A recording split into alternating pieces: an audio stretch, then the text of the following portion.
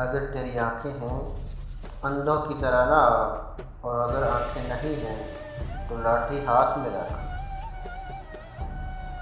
قدم اس طرح احتیاط اور ہوشیاری سے رکھو جس طرح نابینا رکھتا ہے، تاکہ پاؤں پتھر کے ساتھ ٹھوکر کھانے اور کنویں میں جا پڑنے سے بھی بچ جائیں۔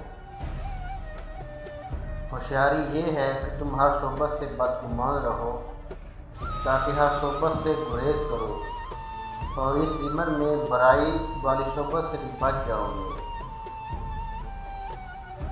اے چلاک جانور، تم نے اتنا نہ سوچا کہ کھیتی کے اندر گھات اور شکاری کے بغیر جال کیوں کر ہو سکتا ہے، بس اندھا دھند چلا آیا اور پھنس گیا۔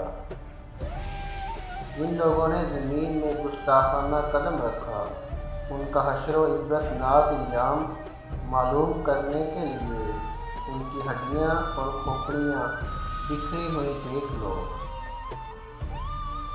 کتے کو جب ایک لقمہ دروازے سے پہنچ جاتا ہے تو اس کے شکریے میں دروازے پر پہرہ داری کے لیے کمر بستہ ہو کر بیٹھ جاتا ہے۔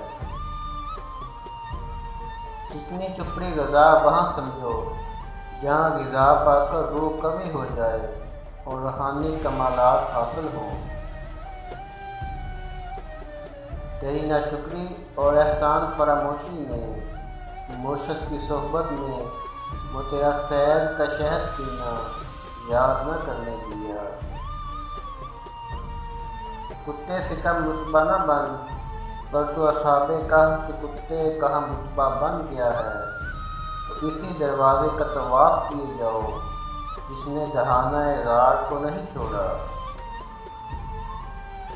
کہ بدگمانی وہاں لے جاؤ جہاں تجھ سا ناقص العمل اور بدعہد ہو، تو اپنے جیسے کے پاس جا کر جوڑی دار بن جاتا ہے۔